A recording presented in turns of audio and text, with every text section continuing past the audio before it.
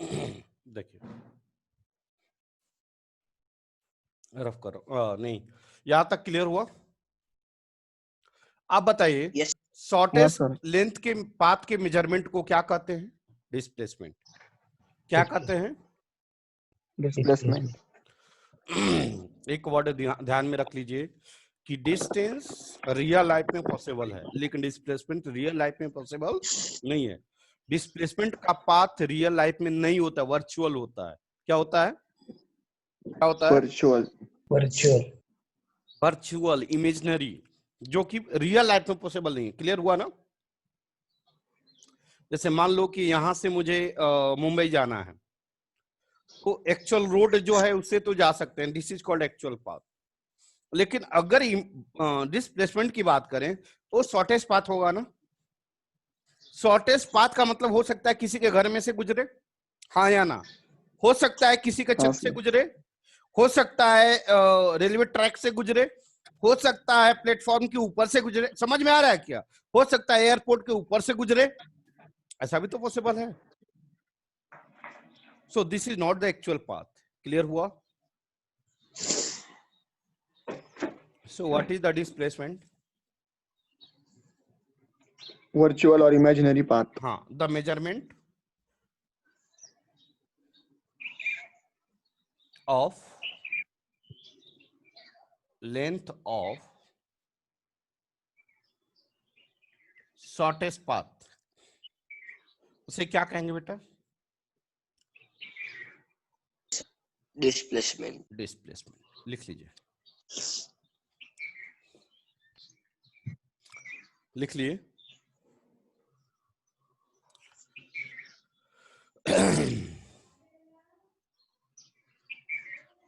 लिख लिए आप सभी लोग?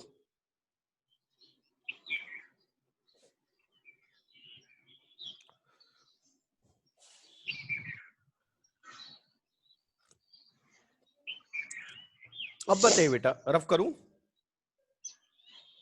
यस अब बताइए इसमें किसकी वैल्यू ज्यादा होगी, डिस्टेंस की या डिस्प्लेसमेंट की?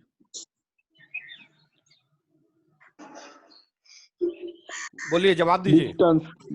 डिस्टेंस की डिस्टेंस वैल्यू ज्यादा होगी। डिस्टेंस इसको की रफ कर दूं, इसको रफ कर दूं। हाँ ठीक है सर। इसमें किसकी वैल्यू ज्यादा होगी, डिस्टेंस की या डिस्प्लेसमेंट की? डिस्टेंस की। क्यों डिस्टेंस डिस्टेंस की? की क्यों डिस्टेंस की? बिकॉज डिस्प्लेसमेंट शॉर्टेस्ट पाथ है। और डिस्टेंस एक्चुअल पाथ है, और कर्व पाथ में एक्चुअल पाथ के लेंथ का मेजरमेंट ज्यादा है एज कंपेयर ज्यादा है टू शॉर्टेस्ट पाथ। तो हम क्या लिखेंगे? Distance greater then displacement. यहां पे इसको कहते हैं मॉड। क्या कहते हैं? मॉड और मॉडुलस। यह हमेशा क्या देता है? मैग्नीट्यूड। क्या देता है? मैग्नीट्यूड और वैल्यू। ऐसा क्यों मैं बता रहा हूं? क्योंकि आपको अभी बताया डिस्टेंस स्केलर है और डिस्प्लेसमेंट क्या है? वेक्टर है। वेक्टर तो यह स्केलर है तो यह पॉजिटिव होगा, लेकिन यह वेक्टर है तो यह पॉजिटिव, नेगेटिव, जीरो, तीनों में से कुछ भी हो सकता है। मैं इसके बारे में जब वेक्टर पढ़ाऊंगा तब बेहतर बताऊंगा। बस अभी बस इतना समझ लो, मॉड मींस मैग्नीट्यूड। जल्दी लिखो, जल्दी लिखो। लिख लिए?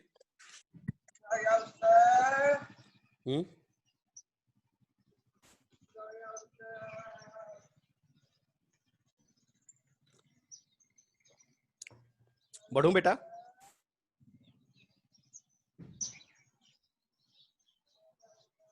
रफ कर रहा हूं, कर दूं? हाँ सर।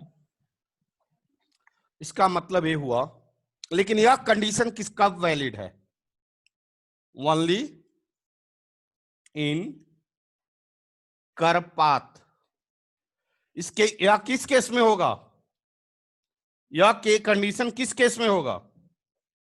कर्व पाथ की केस शॉर्ट पाथ।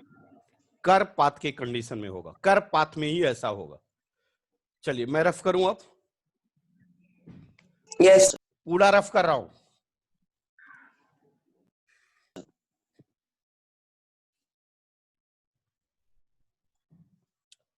अब भाई what is the nature of path? Straight path.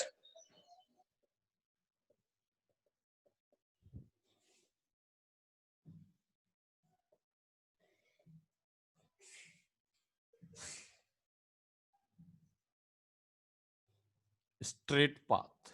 कोई डाउट? कोई डाउट? No, sir. अब यह पाथ कैसा है, नेचर क्या है? स्ट्रेट पाथ है। यहां पे वही आदमी आ गया, कैसे चलेगा? ऐसे ही चलेगा क्या? What is this? What is this? Actual. Actual path. कोई डाउट? इसके लेंथ के मेजरमेंट को क्या कहेंगे? Distance.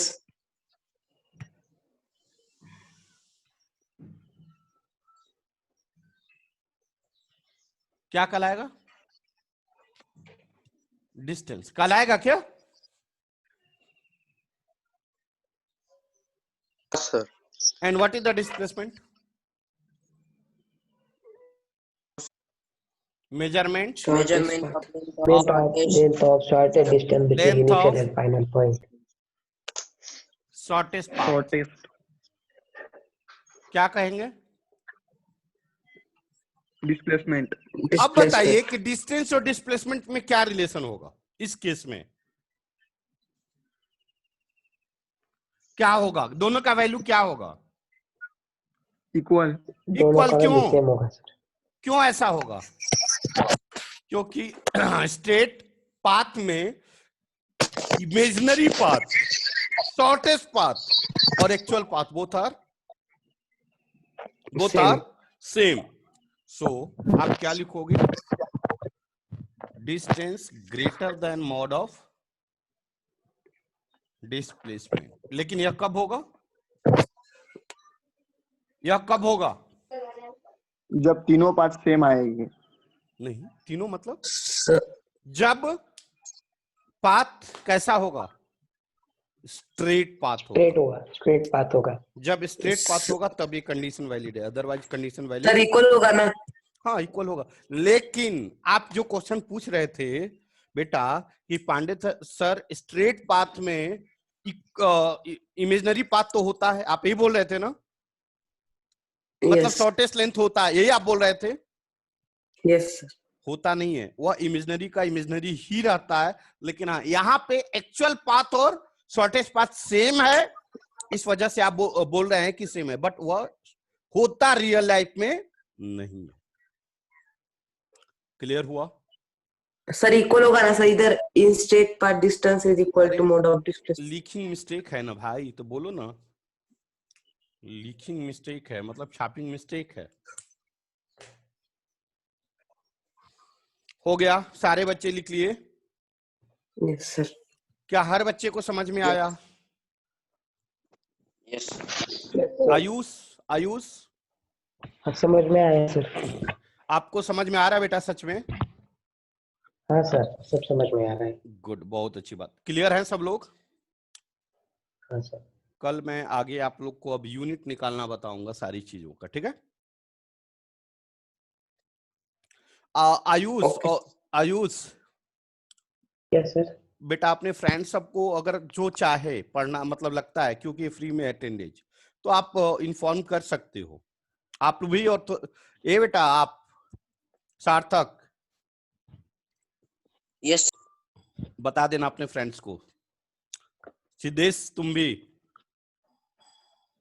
बस आज की हाँ सेवा सर, बता देंगे। हाँ, आज की सेवा समाप्त करते हैं। फिर आप लोग का रेगुलर भी सिद्धेश तुम शाम में कल लेक्चर नहीं अटेंड किया ना? सर किया ना? शाम वाला? हाँ सर किया ना। और क्या कहलाता है मैथ का किया? और सर मैथ का बहुत ब्लर हो रहा था, आवाज भी क्लियर नहीं आ रही थी।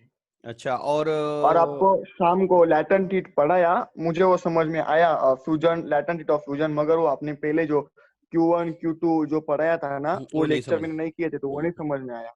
मैं इसी लेक्चर में बताऊंगा, टेंशन मत लो, क्योंकि उसमें पढ़ाऊंगा तो बोर हो जाएंगे बच्चे। बहुत दिन से पढ़ा रहा हूँ। ठीक है।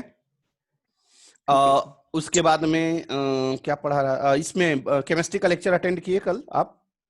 नहीं, केमिस्ट्री नहीं था, फिजिक्स था और मैथ था, 2 मैथ था, दोनों मैथ अटेंड किए? नहीं सर, फर्स्ट वाला किया, बाद में मेरा लेक्चर था स्कूल का। अच्छा, 5 से 6 में लेक्चर था। हाँ अच्छा, 4 से 5 वाला अटेंड किया। हाँ किया सर। ठीक है, ठीक है। चलो फिर कल मिलते हैं।